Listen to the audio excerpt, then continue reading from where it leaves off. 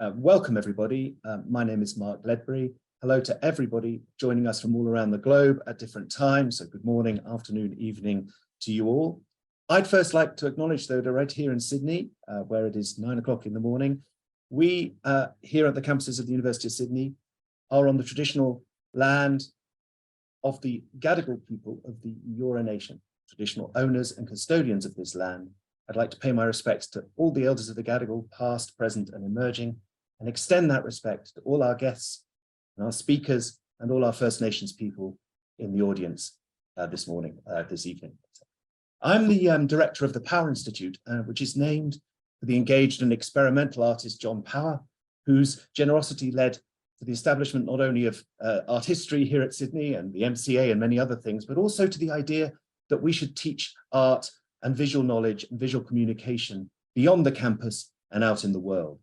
And we're a research and engagement organization of the University of Sydney.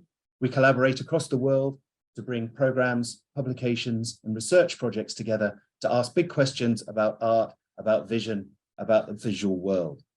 And if you'd like to know more about the Power, sign up for our newsletter at powerpublications.com.au or Google us. And this series is one such collaboration, and it's inaugurated by this discussion. Our series is called Kāmawāpātahmōwin, and Gerald will explain a little more, I think, about the word, and it will focus on Indigenous visual knowledge and its transmission and its importance. And as I say, I'm going to let our guest convener, Professor Gerald McMaster, explain that term. But before I introduce Gerald and hand over to him to chair the rest of what follows, some thanks, because this series is a collaboration with the Wapatah Centre for Indigenous Visual Knowledge. And I'd like to thank everyone there, particularly Natalia Cristobal and Brittany Bergin, for their crucial help organising the series. And a special thanks to our own Nick Croggan, Programmes and Events Coordinator here at Power, who's done so much to bring this complex multi-time zone programme to fruition. And now I'd really, with great pleasure, like to introduce our convener tonight, who's Gerald McMaster, who's Professor Gerald McMaster, the Director of the Wapatah Centre for Indigenous Visual Knowledge at OCAD University in Toronto. And many of you will know him over the last 30 years. At least his work as an artist, a curator, and a scholar has been very influential on the fields of contemporary art, critical theory, museology, and Indigenous aesthetics. He's a Plains Cree from the Red Pheasant Cree Nation and a member of the Siksika Nation. He has a special connection to Sydney, or many connections to Sydney, having served as artistic director of the 2012 Biennale of Sydney. And we're especially delighted to say that in July, he will be back here in Sydney again as the inaugural Terra Foundation Visiting Professor of First Nations Art. This is a program which seeks to bring prominent First Nations scholars to Australia to teach and engage with Australian students and researchers and scholars. And it's a program that was long frustrated by the trials of COVID, but we're absolutely delighted to be able to bring Gerald to Sydney this July. And I would like to especially thank the Terra Foundation, not only for their vision in funding the grant and the exchange, but for their patience and generosity in helping us to get it underway under such difficult circumstances. So it's now my pleasure to hand over to Gerald, who will introduce the themes and the very exciting group of panelists for the discussion. So with many thanks again, over to you, Gerald. Thank you very much, Mark. It's very kind of you to give me all those words. I'm going to speak in my Plains Cree language, first of all, as a welcome. Kitatam Scott now ka kyo oyak, Gerald McMaster nisigasun, nianehio, ogamina Siksika kastesit. Mixioti eocean, Gaias kastesno, otaministeke egi ositamagoya, Tawao aesik kakyo nisimako ta. Greetings, everyone. My name is Gerald McMaster, and I am Plains Cree, the four-bodied and the four-souled people. I am also a member and a citizen of the Siksika Nation of Alberta, and I hail from the Eagle Hills of Saskatchewan. Long ago, our brother, the trickster, created this island that we call North America. for all of us, with the words that there is room for all his younger siblings. Miasana nusota epi intotamage bixkoona. And I'd like to thank you all for coming to listen to this conversation today. So let me begin by paying respects to the Indigenous folks everywhere. To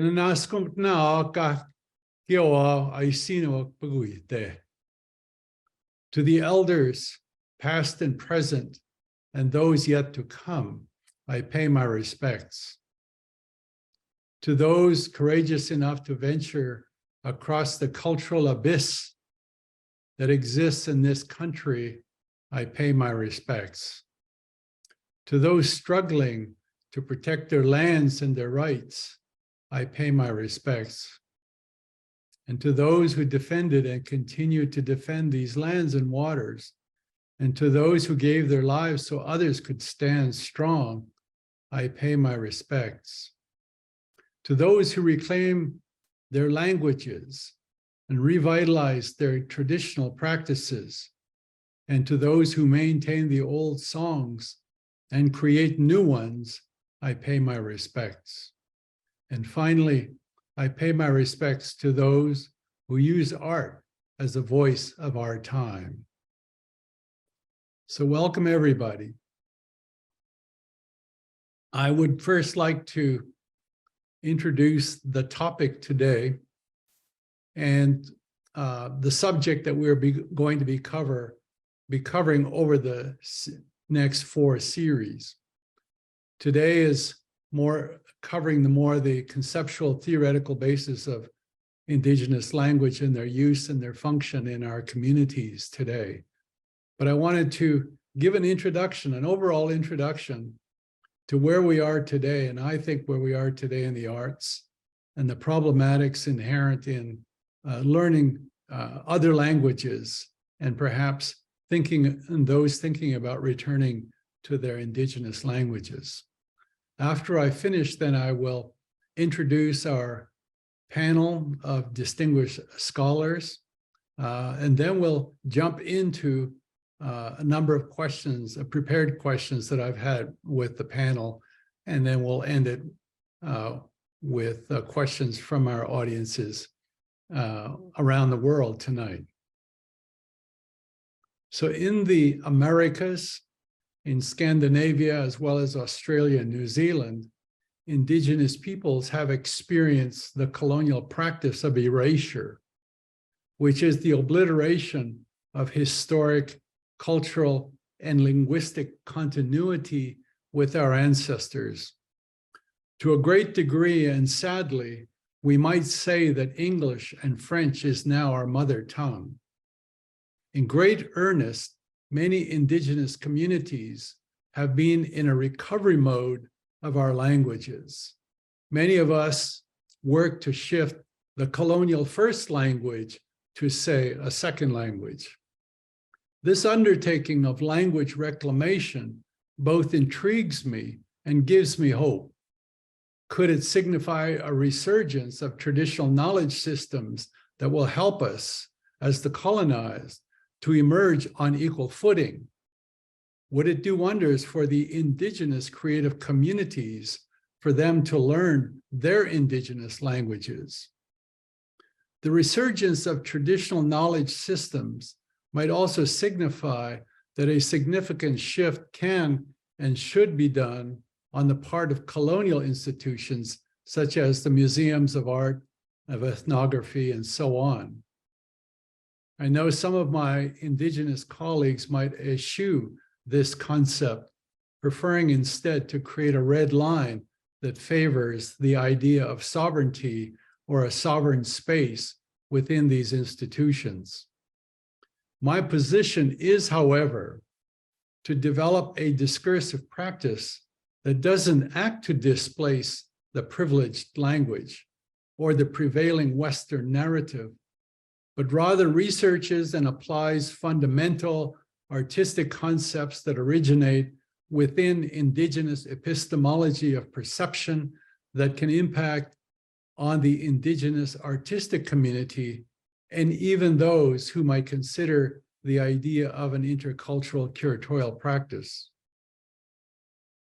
Let me pause a moment to say something about the idea of neocolonial practices and the use of Western standards upon Indigenous peoples and non-Westerners. This has always been problematic for the Indigenous art community. For many generations, Indigenous folks in the art world would routinely say the following phrase, that we have no word for art. Indigenous artists and thinkers seem obliged to defend their cultures as if they were second-rate because they have no words for art. When we begin from a Western perspective, we must always continue to argue from that perspective. Interestingly, very few people have noted that despite the importance given over to art by Europeans, 90% of the world had no use for a similar concept, despite being creative in ways Europeans to this day still try and mimic. There were very few rejoinders to the idea that there is no word for art. To me, it seemed it was a bit self-defeating, perhaps a passive acceptance that our cultures had no equivalence, or an alternative conceptualization, when in fact we did. The response was always awkward, as it tends to relent, to acquiesce, and thereby passively accept the power of Western art to render our languages impotent. My colleague, Nina Vincent, who is a Brazilian anthropologist, has said of the Amazonian regions that Indigenous languages, many words can be translated into English as art, but their meanings broaden the idea of art in a strictly Western sense, which in itself is a relatively recent linguistic concept. Most of these words are deceptively descriptive terms, she says, about the abilities of Indigenous peoples and their material culture, creativity and visual knowledge, and aesthetic structures. Yet all of them referred to aspects of the world and the life that the Western idea of art would exclude from its limited scope and domain in a traditional sense. I must admit, for much of my career, I've been unaware of an alternative argument which we are going to be interrogating over this series. Now, of course, I'm much more attentive to the perceptual differences that exist everywhere. For example, I recently read an article about an opening of a museum in Bengaluru in India. The museum is called the Museum of Art and Photography. Some of you may have already heard about this.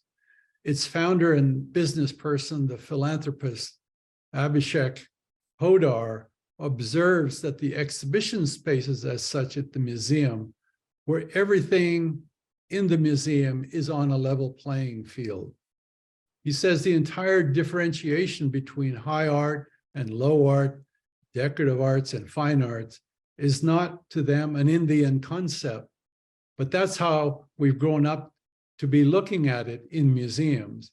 But he says, but that's not how it is in life. When I read that, I immediately went, wow, what an interesting view. Most everyone, of course, in the Americas will know the terrible histories, and certainly we can talk about the terrible histories elsewhere, and I think that that's why we're here. But the terrible histories that Indigenous peoples across this land suffered at the hands of colonial governments, and I dare say the churches as well. This premeditated erasure resulted in the near annihilation of Indigenous languages. And for the past several years, I've been thinking about the epistemologies of perception, or the indigenous ways of seeing through the lens of indigenous languages.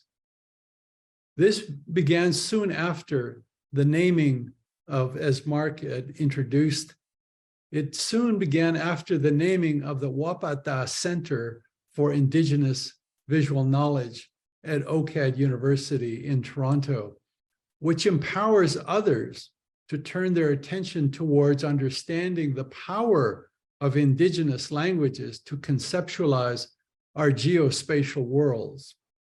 In other words, it's to look and to use indigenous standards to motivate artists and theoreticians to use indigenous philosophical traditions.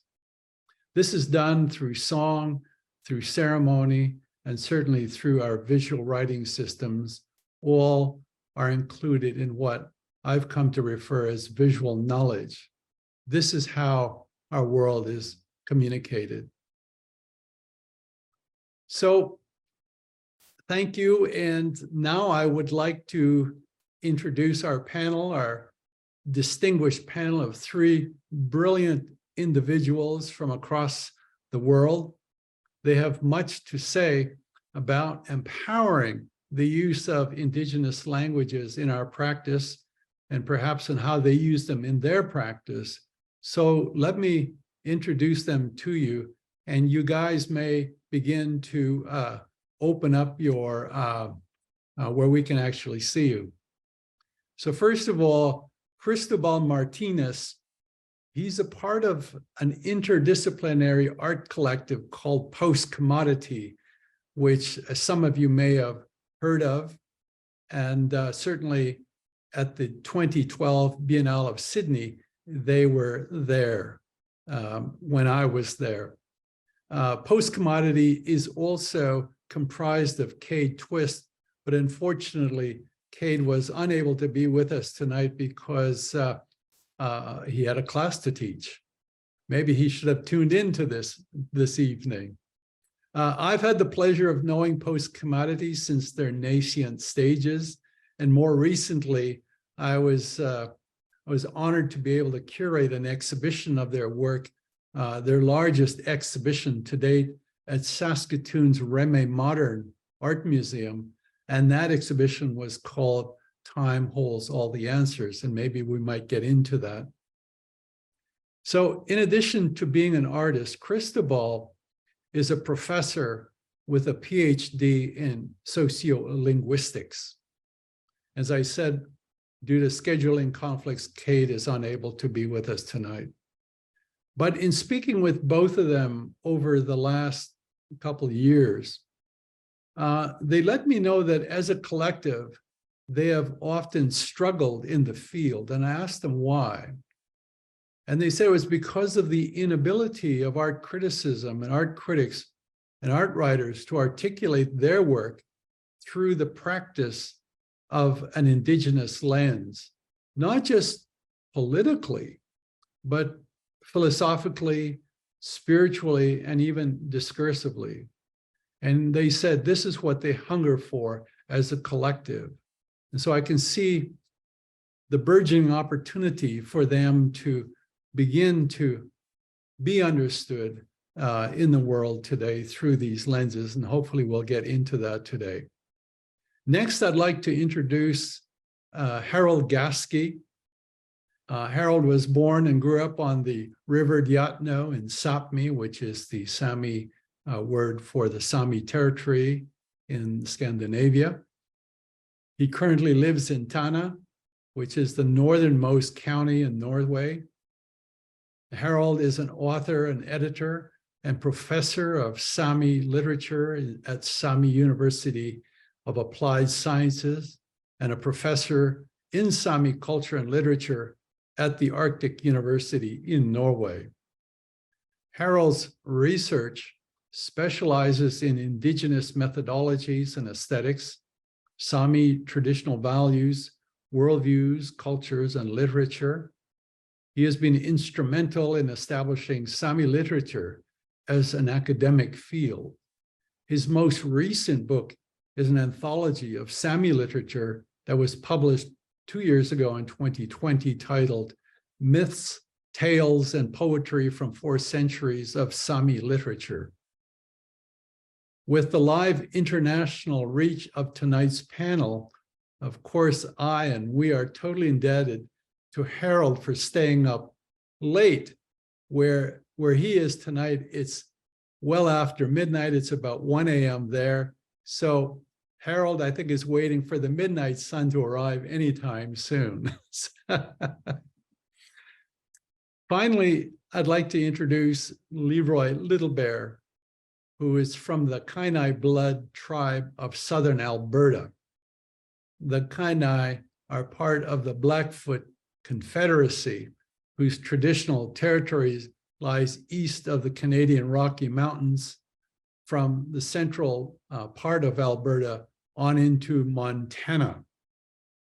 Leroy is the founder and a longtime director of the Native American Studies program at the University of Lethbridge, where he developed almost all the courses that they have there, including in Native law, philosophy, history, political and social issues, health, art, and language.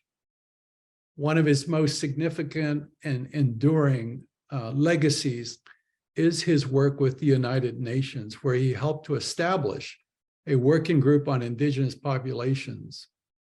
It was this working group that originated the concept and the initial draft of the United Nations Declaration on the Rights of Indigenous Peoples, which many of you will have already heard as UNDRIP. This declaration has been ratified by 144 member states of the world.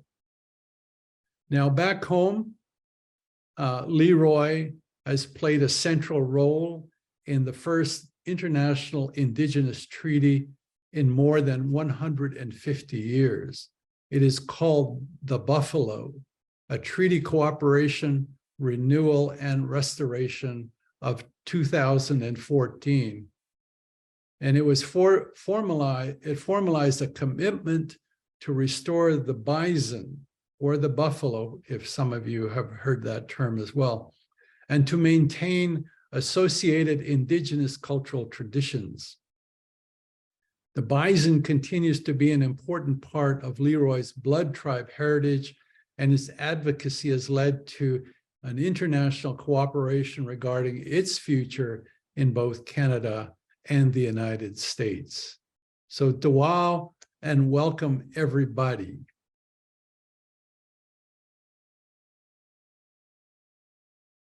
So let me begin this evening's conversation. We'll have about 10 to 15 minutes devoted to each of you. And I'd first like to start out with Cristobal, who, as I introduced him, is part of the PostCommodity collective. And last year, in the fall of 2022, we did a major exhibition called Time Holds All the Answers. And Cristobal, you told me that Time Holds All the Answers was an opportunity to recenter what you and Cade have been doing, to remember more conscientiously who you guys are, where you're both from, and what really matters in your practice, which is, of course, ultimately your work. In your work, you've applied sociolinguistic theory into your practice, which is strongly supported by American Indian Studies, Chicanx and Border Studies, and of course, Indigenous knowledge systems. So while working with you guys, I came to understand this idea of hacking as an old and a new way of doing things within the backdrop of decolonization, Indigenous self-determination, and sovereignty. Now, you also do think about language a lot. I know that in conversations with you and Cade, language does come up a lot, and of course, Indigenous languages in particular. So I might ask you if you could speak about how languages can shape our perceptions, particularly in what we're talking about today. Thank you. Thank you, Gerald. want to thank the Power Institute and all the panelists. It's wonderful to get to meet you from around the world this evening. So PostCommodity, what we do as an art collective is we aspire to connect narratives of Indigenous, cultural, community self-determination with various publics around the world. And one of the ways that we do that, so in other words, we use our art to build discourses in the world. These discourses are Indigenous discourses, and the indigeneity of these discourses come from the worldviews that by which are contained within the collective, and how we bring our Indigenous worldviews together in order to communicate to publics our ideas. And so one of the methods that we use to do that is we oftentimes will share with people that within contemporary art, we're leveraging the aesthetics of conceptual art. And so I want to start there as a kind of foundation, the idea of concepts and how concepts work within PostCommodity, and to tie concepts to languages and issues of language through a sociolinguistic lens. So let's for a moment imagine that, let's try to, I want to frame the ideas that I want to share with an assumption, with a theory that humans are largely capable of human thought through language. That language is the mechanism that we use in order to create meaning. And so everything from our emotions to our perceptions to our ideas, we're meaning-making machine. We are meaning-making machines and constantly applying words in order to try to understand what it is we're feeling, what it is we're perceiving. And so I want to talk about the issue of the importance of language in terms of the formation of meaning in the world, and why I think it is really important to think about the role that Indigenous languages may play in the future of contemporary art, and then most certainly within projects of decolonization. Because I think like the very foundations of decolonization, the foundations of Indigenous sovereignty are largely based on the presence of and honoring the presence of Indigenous languages. So one of the theories from social linguistics is that when we were babies, we were essentially socialized, and based on the groups we were socialized around as infants, that this would become a determiner of the languages we would eventually come to speak. And so, for example, I was socialized in a bilingual environment in northern New Mexico. And in that environment, I was socialized through schooling and through society and to speak English. But I was also socialized to speak Spanish as well. And within that Spanish, I was socialized to speak some Tewa and Nahuatl. And so what that means is that within language, the languages we were socialized to, we inherited a conceptual construct that is based upon a systematicity of metaphors that are unique to a particular language and dialect by which we were socialized. So, for example, Gerald, me having been growing up in northern New Mexico, the way that I was socialized, I came into my mind was part of the way that my mind developed and was formed as a child was built around a conceptual system that was tied to what a lot of people in the borderlands refer to as Spanglish, a kind of mergence or hybridity between the English language and the Spanish language, but it's actually much more than that. It is a lot of the indigenous languages as well that were also influencing these European languages along the colonial highway from central Mexico all the way up into northern New Mexico. And so I have a conceptual system that I embody, a systematicity of metaphor by which I form all concepts that is extremely unique to people who are from the specific place that I grew up.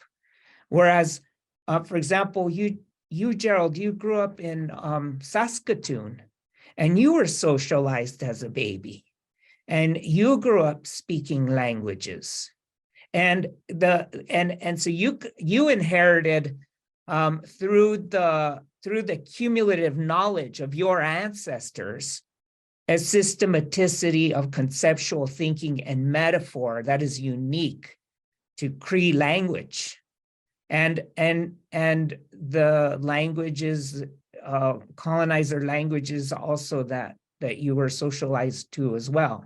And so it is very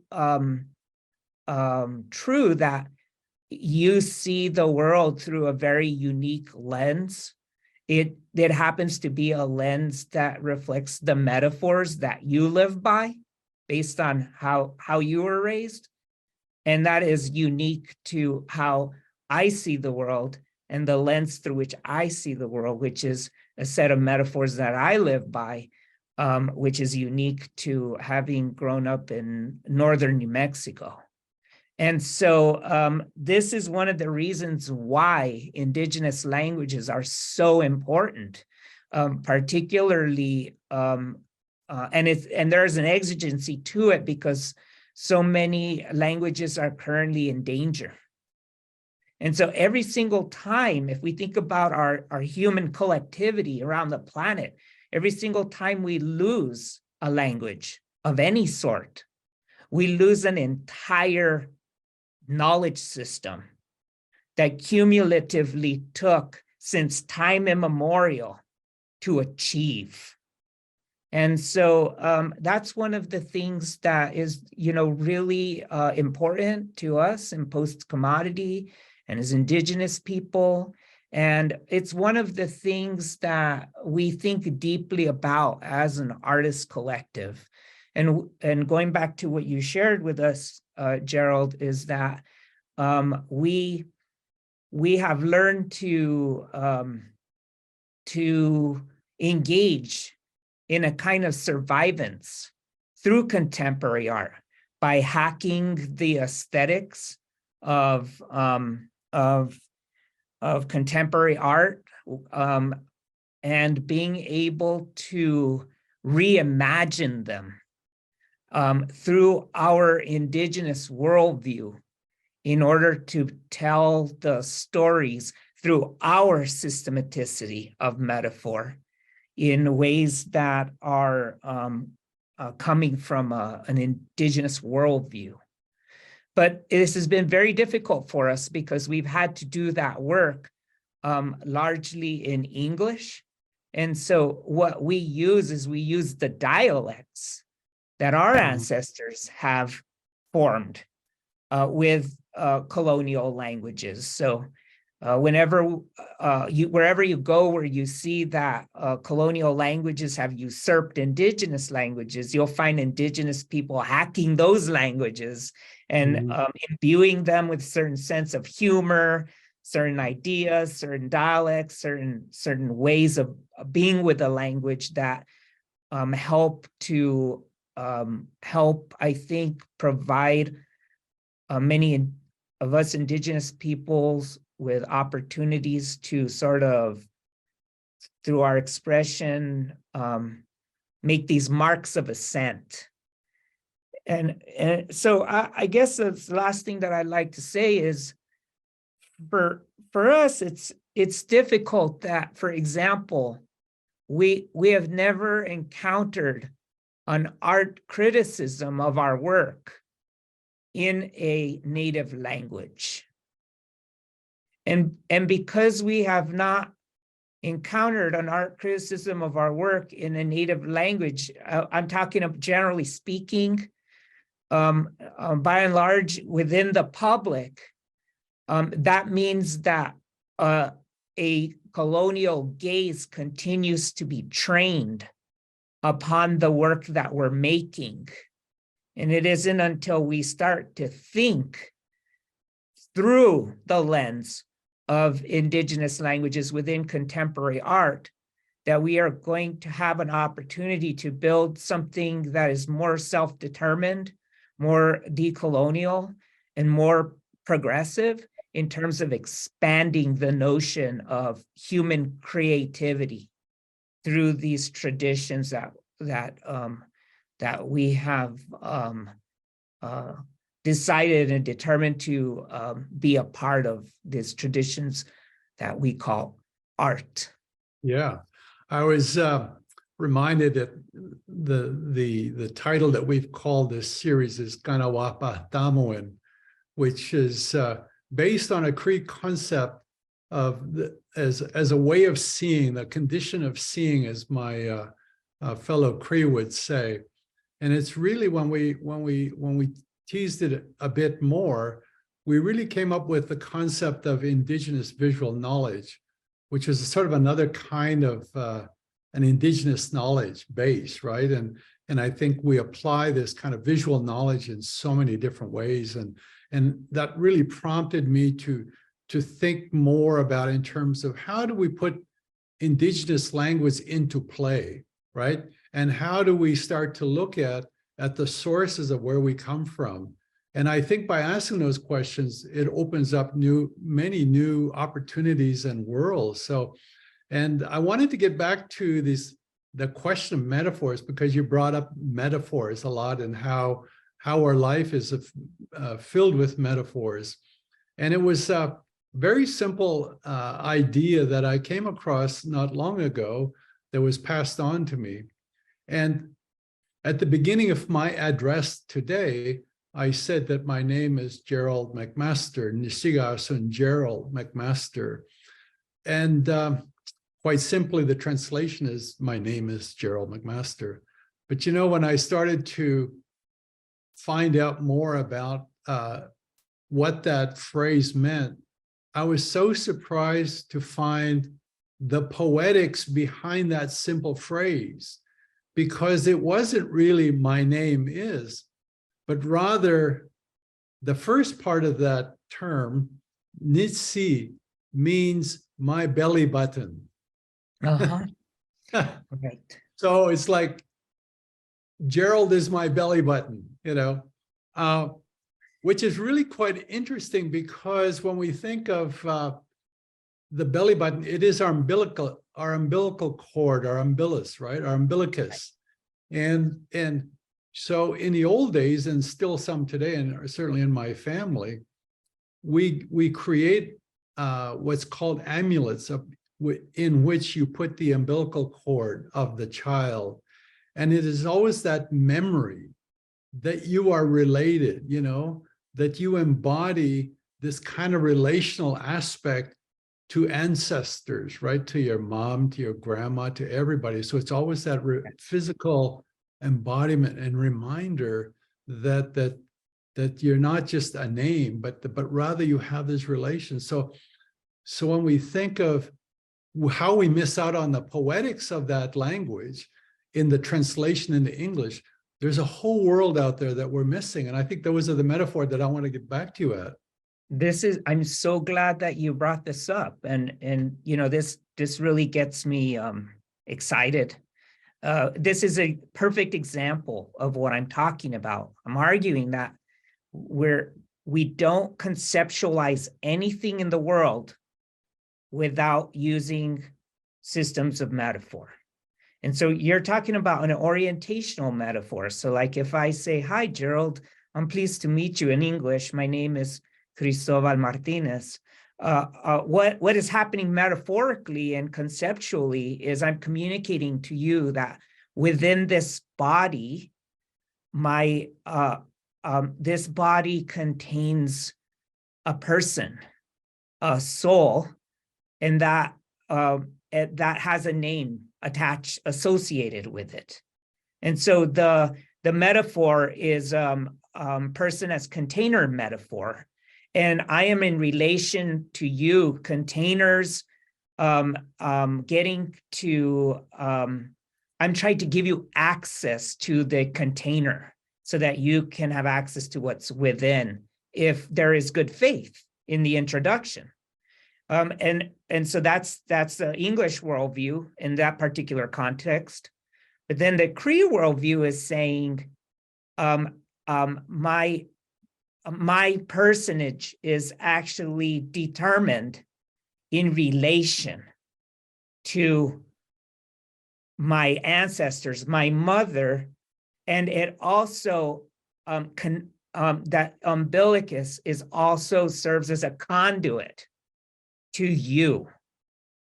And so it's more of a person as conduit metaphor, meaning you are emergent based on your relationship to others through the introduction.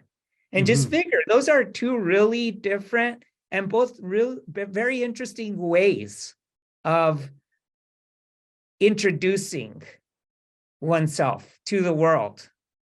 And that's just really foundational to all the possibilities that come with metaphorical and conceptual structures that are embedded in languages.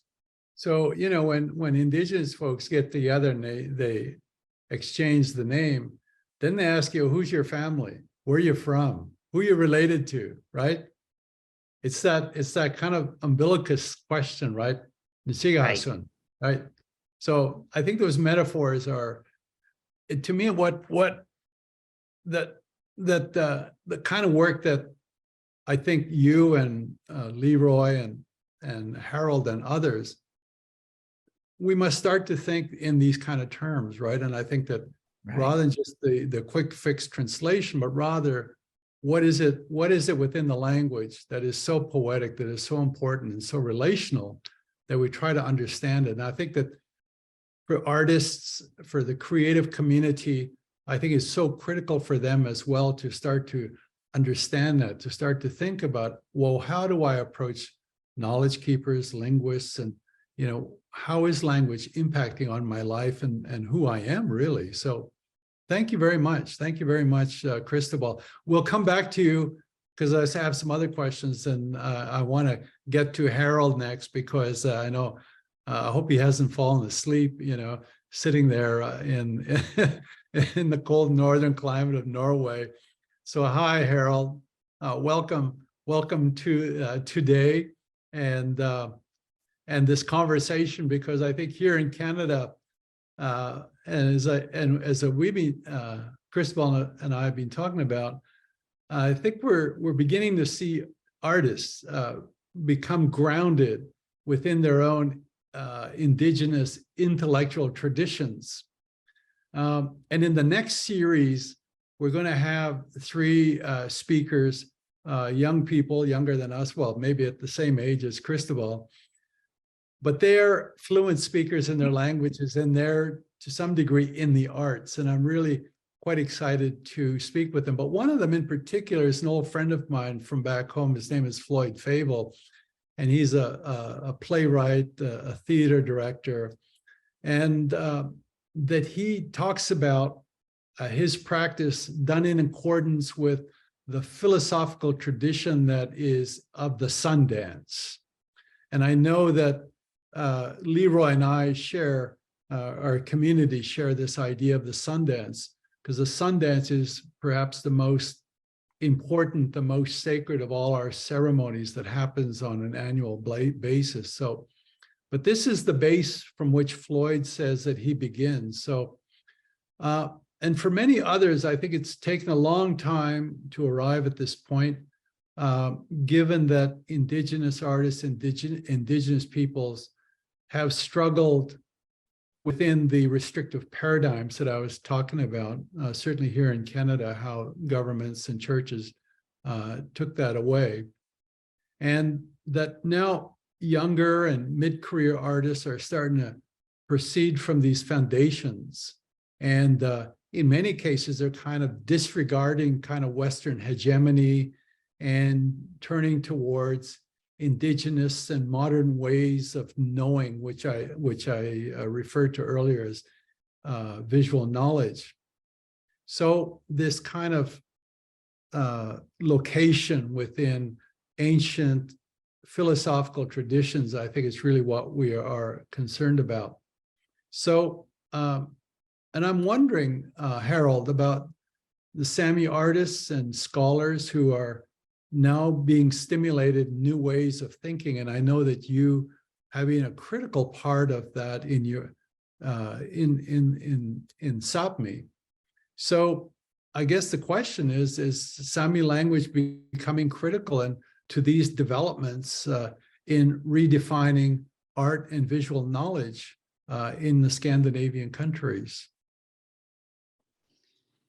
Joo, kiitos Koceldaus ja muu peales ma ite terve, et mu välseväldi ja olles ja Power Institute dan Violas Worlds.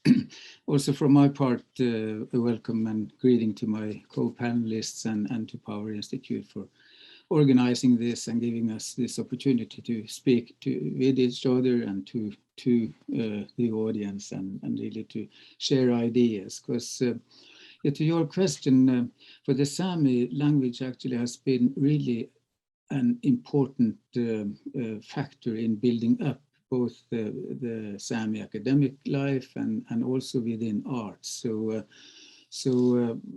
we've spent a lot of time really developing our language from preschool to all the way up to PhD, so PhD level. So we have several dissertations that have been written in Sami. So we are trying to really use our language as much as possible. But of course, the curse of a minority is that we don't have one language, but actually 10 different languages that aren't mutually understandable. So, but the biggest one is the Northern Sami language, and that is the most developed so far. But we have programs within all the Sami languages to develop it. So, and I was really caught by what Cristobal was talking about, this metaphorical part of how important metaphors are in language. And Sami, I don't know if the linguists will agree with me, but I would say Sami is characterized by 3 specificities according to the language. That it is very specific in terms of landscape, snow, of course, reindeer, salmon, the things we have been hunting and fishing for, and so on. So, and that is really more or less a scientifically developed language. So like we have more than 300 terms for different kinds of snow and icy conditions. So even ecologists at the University of Oslo have been studying Sami in order to learn more about ecology and the snow conditions. But the other thing is that we also have this circumlocutions, a lot of expressions that go all the way back to the time when we knew that the animals also spoke or actually we could speak to each other, we could understand each other. And then we knew that the predators, the really wise, the clever predators like wolf, bear, and wolverine, they were so clever that they could understand the everyday Sami speak. So in order to fool them or outsmart them, the Sami had to develop metaphors for those predators. So if a Sami said that today I'm going to go out to kill that wolf that has killed so many of my reindeer, the wolf would understand the term wolf and then take precautions, or either hide away or actually go to a counterattack. So, but if we used one of those metaphorical names for the wolf, then the wolf wouldn't understand it. And that's also an interesting thought in the sense that it says something about the difference between people, human beings and animals, that human beings actually understand metaphors, but that's a difference. The animals don't understand metaphors. So that's and that actually became a poetic challenge, and also something to play around with within the language. So it developed a lot of terms, different terms for bear, wolf, and wolverine in that sense. So just to say so much about language and the importance of language, because it really is an instrument that is being used both by academics and also artists. And my feeling is actually that within Indigenous arts and research worldwide, there are much closer connections between art and research than you find in the mainstream society, main white academy, to say. So that we have a closer relationship, we work more together, and we also use both art and research as way of finding out more about the world. And like we've been discussing earlier, this truthfulness of art, or the conception that the idea that art is used in order to find the truth, just as research is designed to do the same.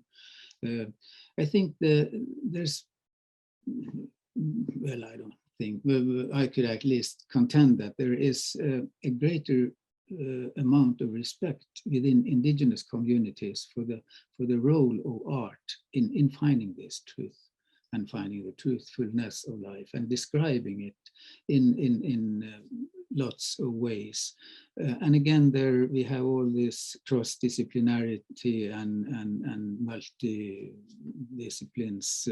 So we don't really divide our art so much into the disciplines that stem from Greek language and have been disseminated to us over the time. So while we nowadays go back to our own terms and use them as a point of departure in order to describe what we are doing and how we are developing our art system and way of thinking, and also like this, like we say, the visual knowledge part of it.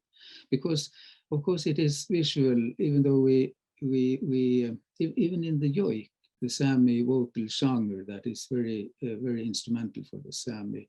When you get your own yoik, your own song, then you are part of a collective. So that stresses your individuality, but not as a separate individual, but as a part of a bigger collectiveness. So even in yoik, you find that same kind of philosophical thinking that you are part of a bigger collectiveness, and your own individuality actually is also described through that. But now I started to get further and further from your questions. Yeah. So you mentioned about education and the fact that Sami is now being taught in the schools, and which is really, really great because, and as Cristobal says, we become socialized. You know, what we're born with and what we're socialized is what we grow up to be. And if we're socialized to a colonialized language, that's what we're going to always think and talk about. But we're trying to consider about that movement back. And I'm interested in that part of it, but also in even some of the older folks, like the artists, as I said, the new artists, the mid-career artists, the creative community. I think they've been involved in amongst the Sami, right? And kind of that linguistic recovery and defining their practices in their own terms. Yes. So I was kind of interested in that story. If you could just remind us again what that story is about. Yeah, because language is such an important part of your identity, and art very often is about your identity, then there is a very natural connection between language and art also in that sense, and as a part of the professional work you do. So seeking back to traditional values and in a way then use the old myth and the stories and this concept of belonging, because I could say that I am from Mullensieitas Ere. I am from Seda, that would be translated to, but in a way it is it's even deeper than that. It would be that the place that I am from, I am away from when I'm not there. But that means that you still keep the place within your heart. And Mungulan Danbaika, Mungulan Sieitai. That means that I belong to that place. But again, it doesn't have. It's not about longing to that place. I listen to the place. So meaning that the place has its own sound, and that we hear, and that is a sound that we listen for when we want to have that close connection to the place and to the earth. So again, this story about not only man or human beings, but tell the story of the place of the earth that we belong to and is part of. And that is reflected in Sami art. And again, like several of our artists are multidisciplinary artists. So very often they are poets and visual artists, and it's so interesting to see how they use the different art forms in order to seek back to the traditional values, but not in a nostalgic way, but in a very innovative way, that they use those the findings and the wisdom of the old in order to develop new ideas of belonging and new ideas of how to be a Sami in a modern world. So, but it has taken a while, and like in the 70s, when the Sami arts actually was established as in a modernist way as art, then it was crucial for the Sami artists of that time to coin a term for art, because like we said, the notion was that we lack a word for art, or we lack the term that describes art. And then you are thinking from the Western point of view. So and we've had the same development within research. So the first generation, of course, they had their education in the Western school, but they didn't feel comfortable within that the strict boundaries that was represented by the white education. So they started to struggle with that, and then the next generation that I would say I belong to, we in a way we inherited their struggles, but they had taught us so much that we in a way had an easier way to go back and utilize the traditional knowledge and utilize it in an innovative way, that we could do something good for the next generation of academics and artists. So so I feel it is, we've had that movement from the 1960s onwards, and now there's really the field is flourishing with lots and lots of new clever artists within film, within visual arts, literature, I forgot one, yeah, music, of course. Like world music has been adopted by the Sami, where we have used yoik, our own traditional music, in order to really create something new that has created a lot of interest also in the international world. So obviously this just is a very good proof of the importance and of the artfulness and magnitude of ideas that indigenous art in general represents, and that it now is presented even to the mainstream world, and finds a lot of interest there, shows that or is the best proof for the importance of indigenous ways of seeing, and then bringing them forth and to the forefront, so others can enjoy it too. So I'm really optimistic, but definitely we need to strengthen that part where we to speak native to native. So actually to develop a community, a critical community within the native cultures, that is still lacking. So. And that really is a strong, an important thing for us to develop. Yes, certainly. And you mentioned that you have 10 different dialects or languages in Sápmi. In Canada, we have 53 different mutually exclusive languages, I believe, or different languages. So I wanted to shift over to Leroy, who is, of course, a fluent speaker in Blackfoot, and brings a lot of knowledge to the academic world.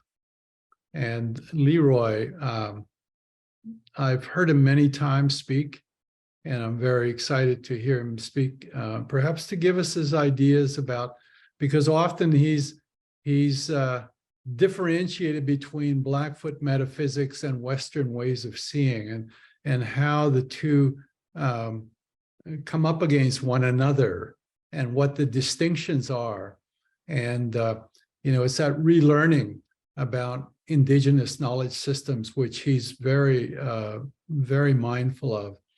And so Leroy, when I've heard you speak about Blackfoot metaphysics, and I think it's apropos to kind of our discussions, because we're dealing with ontologies and epistemologies and these kind of conversations, really big words, but nonetheless they mean something in indigenous languages. What I was interested in your talk, you talk about this idea of the flux, that everything's in motion. And I was very excited about that. And I was also mindful that this idea that both Harold and Cristobal have talked about is about kind of these relationships that we have, whether it's relationship with the land, relationship with peoples, and which you often refer to as all my relations, which is now quite an important concept, especially when we enter into this world where global climate change is becoming more critical every day, and where all our relations is much more than just human beings, but in fact, we're related to everything, and that everything is impacted by that. So this notion of all our relations. And today's artists are, as we've been talking about, are returning to some of these concepts. And so as we talk about land and language and art and so on, Leroy, could you give us some understanding about some of the Blackfoot perspectives that you bring about some of these ideas we talked about today?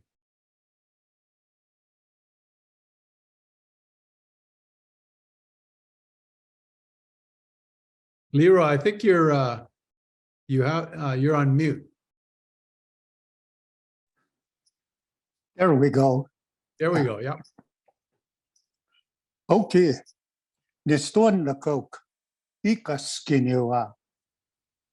I naksix. Kanawa. Salki tapio. I was introducing myself in Blackfoot. My Blackfoot name is Lowhorn, named after the buffalo. And I'm of the Small Robes clan. And I belong to Kana, our nation. And we are of the Blackfoot Confederacy. I want to sing you a song.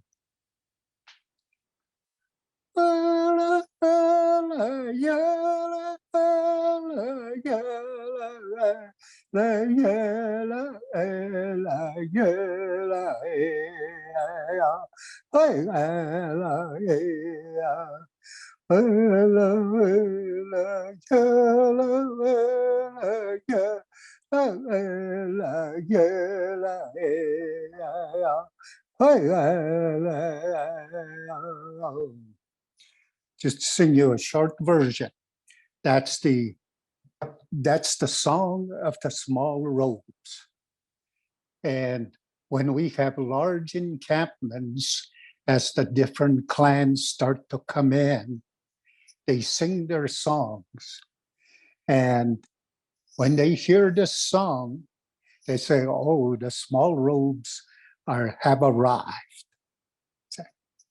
And I want to use that to say, to send out greetings to all the listeners, and especially to our members of the panel, Cristobal and Harold. And of course, you, Gerald. I see in the background the prairies there, and that's what Salkitapi.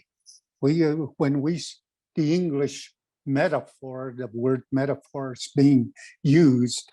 English metaphor is, talking about Blackfoot Confederacy, but really what we're saying, Nuhtu Salkitapi, we're people of the plains. And I see the plains right behind you. Let me start out this way, and I'll come down to the issue about language, maybe even say a little bit about metaphor.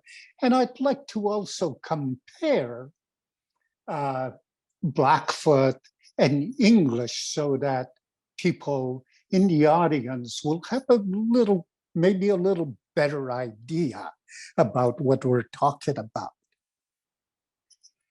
All societies, as I have said many times, and I'll continue to say that, all societies at one time or another,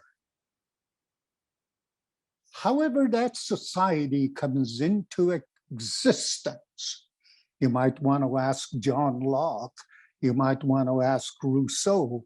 In other words, there's lots of old theories and even new theories by sociologists and other experts about how a society comes into existence. But once a society comes into existence, sooner or later, that society claims a territory. Within that territory, through all the mutual relationships it has with the totality of the environment that they're in, that be the land itself, the geographic aspects of the land, what's underneath the surface, the cosmos, the plants, the animals, that totality brings about what we call culture. Now, culture to a large extent, consists of three main aspects. One is that, if I can put it, as the esoteric, theoretical aspect of the society. And that's where the notion of metaphysics, paradigms, and so on come in. There are customs. Customs are really the accepted way of doing things, within that society. And there's social values. Social values play maybe a couple or several roles. One of them brings about our notions of norms, what's normal. And the other aspect is they may serve a role as incentives and for goals that we want the societal members to strive for. So the notion of honesty, for instance, is very important as a social value. Okay. Now, let me go to that aspect of the metaphysics. See, metaphysics are the foundational basis of how we think and relate and so on, okay?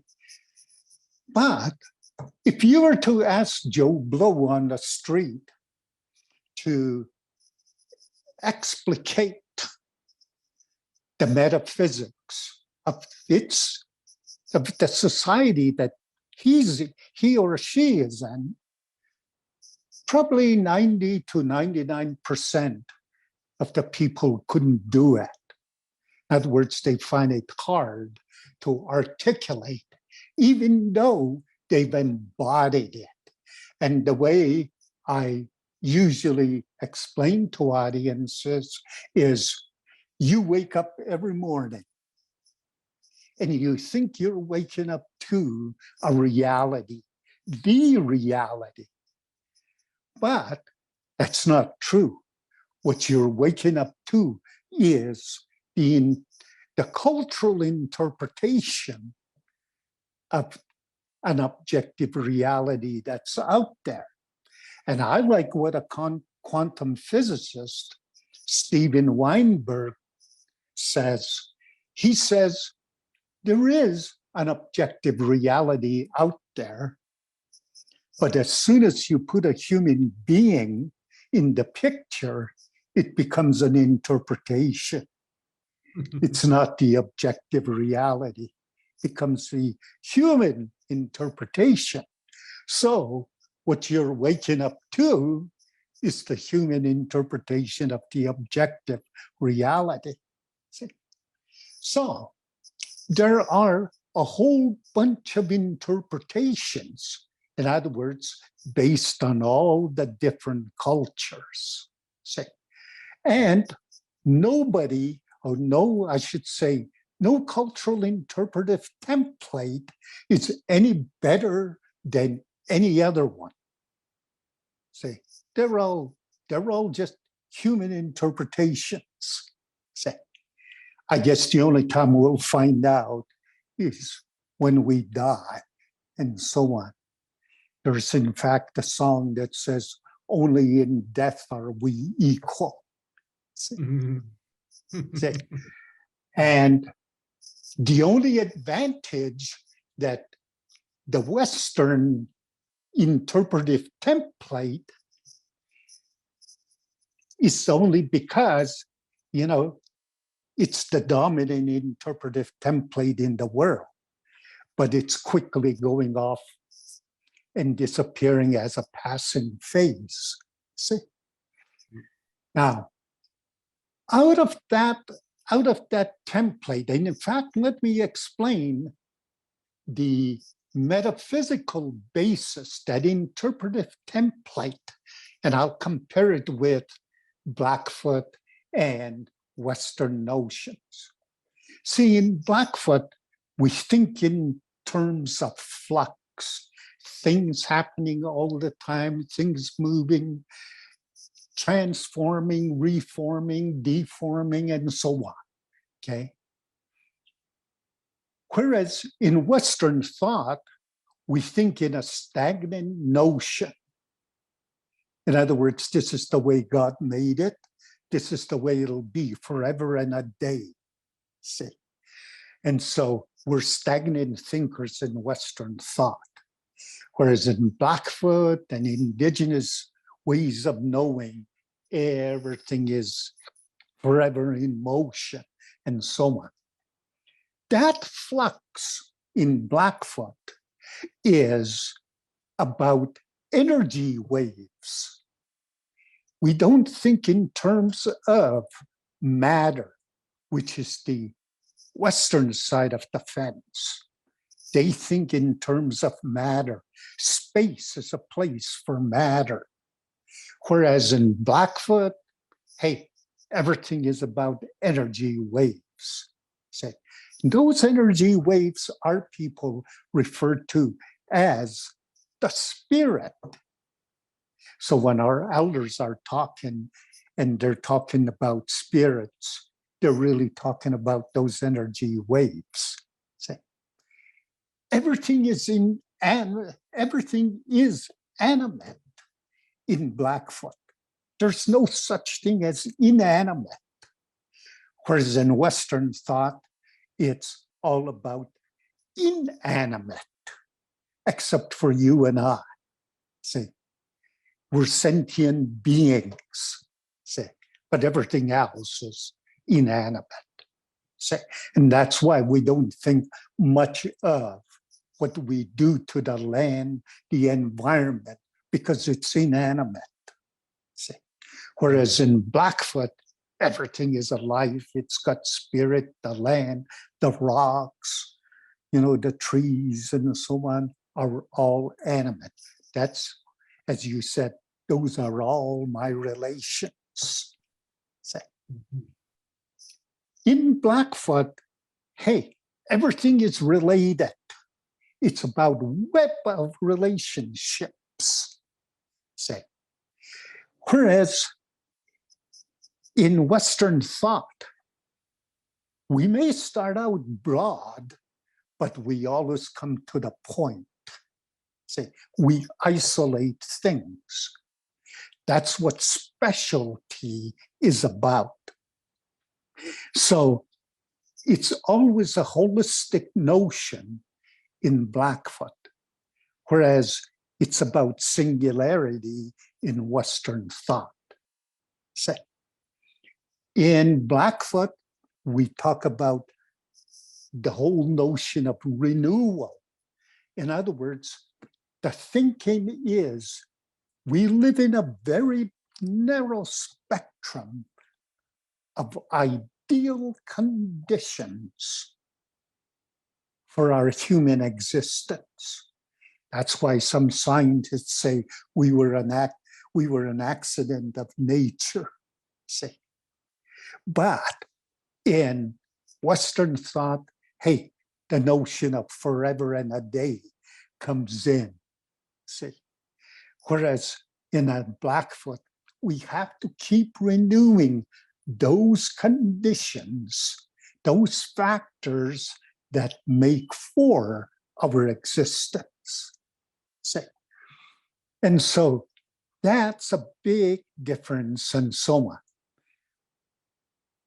There is an important thing in terms of major references in the back of our minds.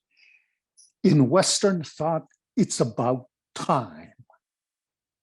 Well, in reality, there's no such thing. You know, it's a human invention. And whereas in Blackfoot thought, it's about the land.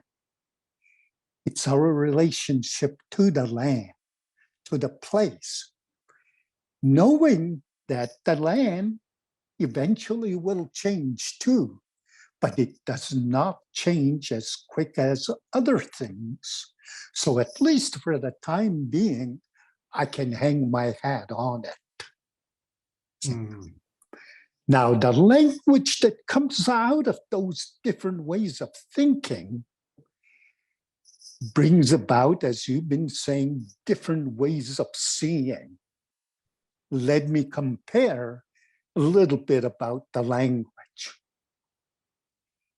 Have you ever, really think about the ordinary English sentence?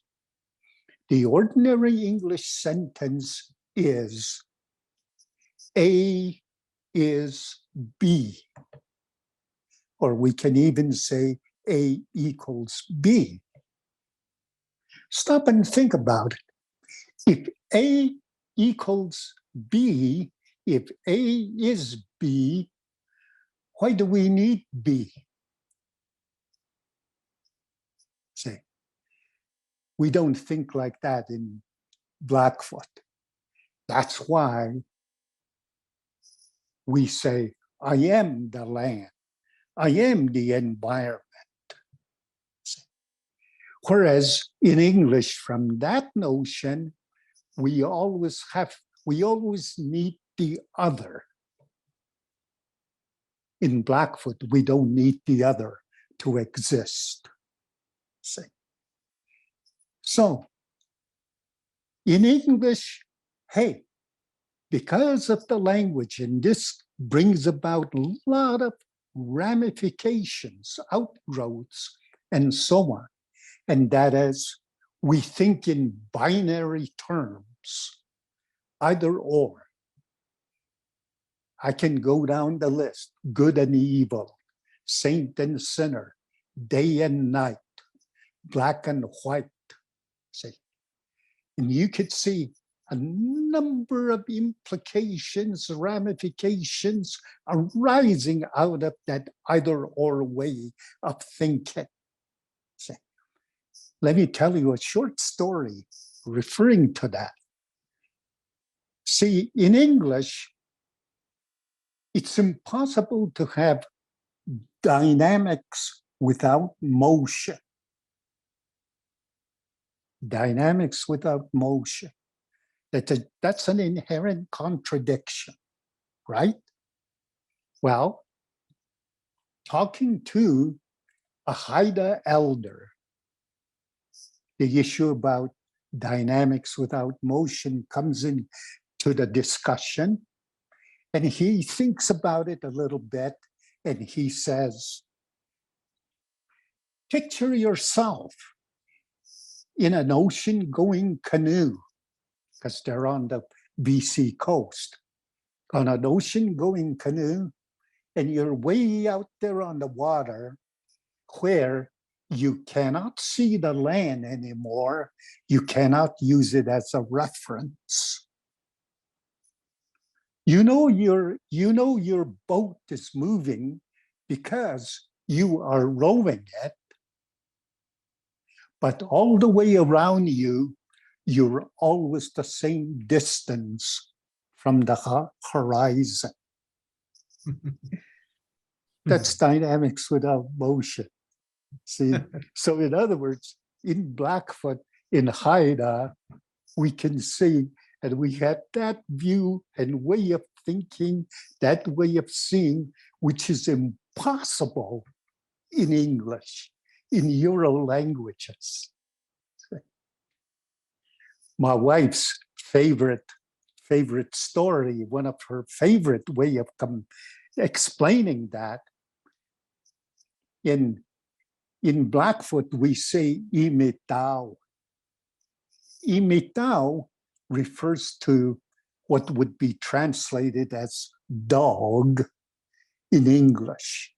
So if you ask the Blackfoot speaker to translate imitao to English, he would say dog, okay? But that's not what it means at all.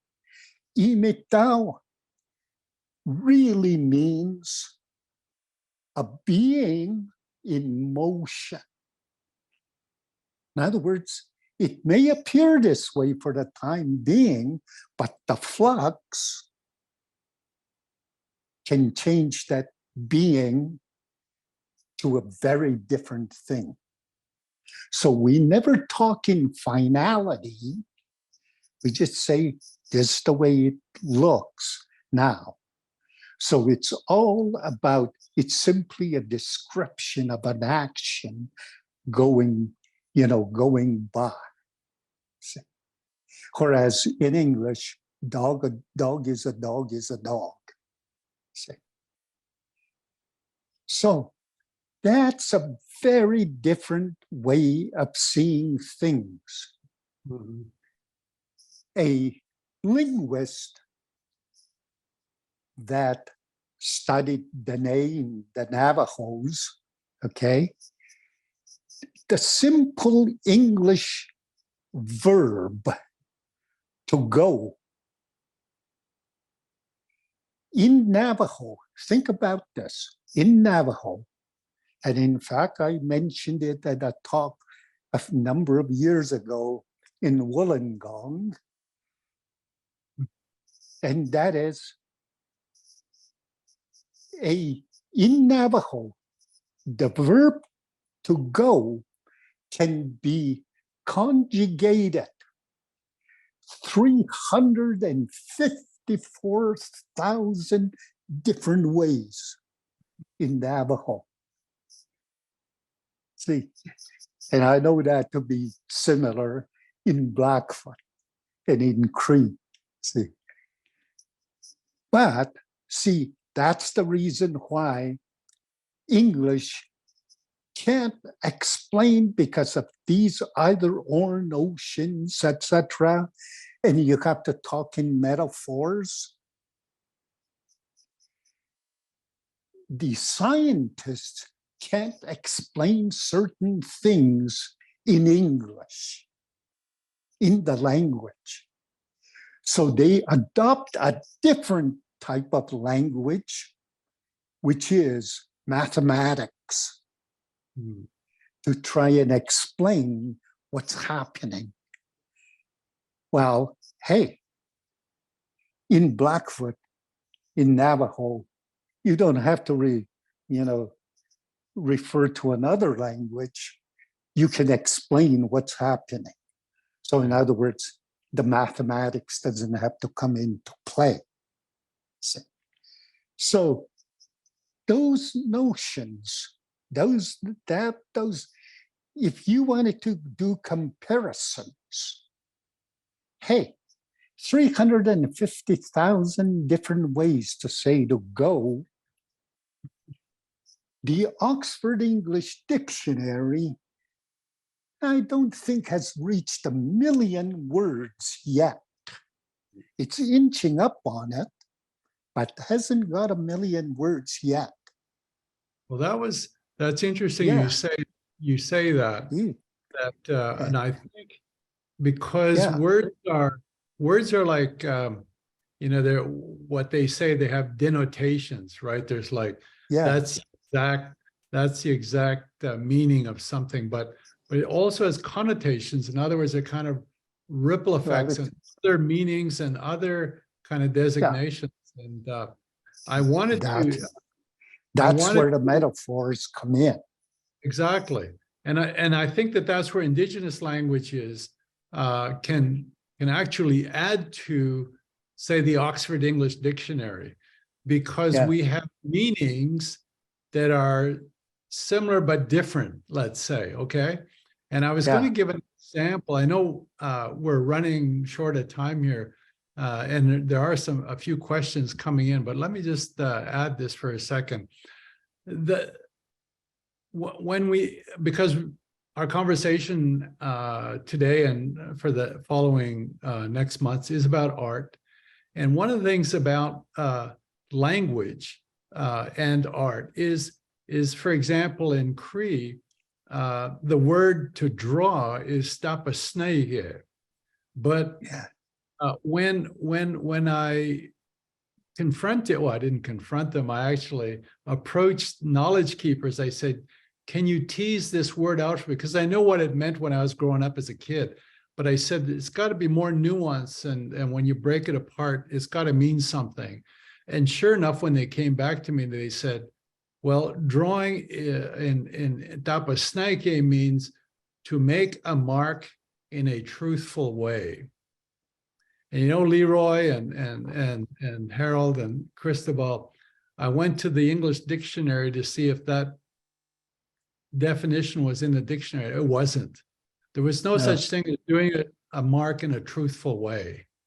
And I think there's many other examples of that in which come from our languages that can contribute and really empower our artists, our community members to think differently and not to be shy, not to be defeated, because we have so much to contribute. And I think now is the time, and these discussions are kind of the beginnings of those, and it won't be the end. And I think that the articulation that each of you have brought today is really remarkable, and it's the beginning of that conversation. I really wanted to thank you. Okay, so we have a question. Leroy, looks like is coming in from somebody from Treaty 6. That's Alberta.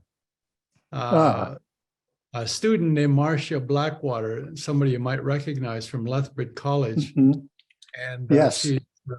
she is honored, of course, to be listening to everybody here, including yourself. And she's interested about the shortfalls around Western ways of thinking, which is really what we've been talking about. She says, based on this, do you foresee a time when non-Indigenous people will fully embrace and appreciate Indigenous concepts to make sense of the world? Well, Anybody? yes, I see that day coming, because as we were saying, some of the Indigenous ways of, I should say, the non-Indigenous ways of seeing are kind of going by, they're phasing out. And so scientists are starting to say, hey, some of the concepts that we've been dealing with, we haven't been able to prove them. All we're doing is coming up with questions, but no answers. See? And that's where the Indigenous ways of seeing, Indigenous ways of thinking can come in with those answers. See? So I do see our ways of thinking really making great contributions. Just let me finish that one thought about the 354,000 ways. I was going to say three Navajo verbs, if you can put it that way, will surpass the Oxford English Dictionary.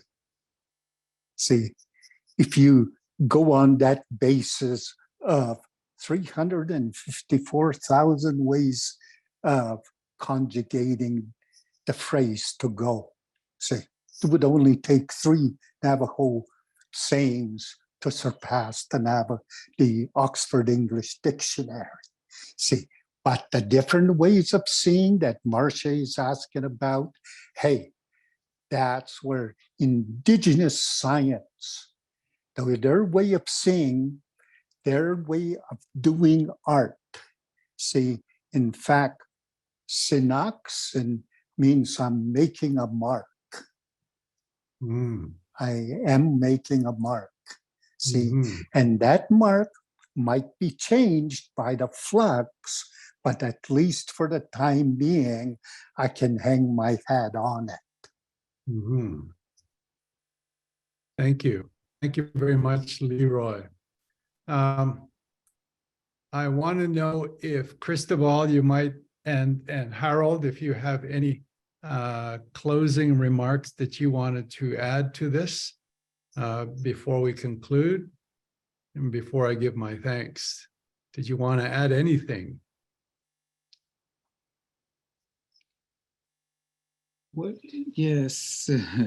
just to follow up on what Leroy was saying in this optimistic tone about the Western world starting to listen to the indigenous wisdom, I actually feel the same, that there is a new understanding, a new acceptance of the wisdom that we find in indigenous cultures, and not only that, maybe they have started to listen too late, that we can't really save the world anymore, but the earth anymore, but they should have listened earlier.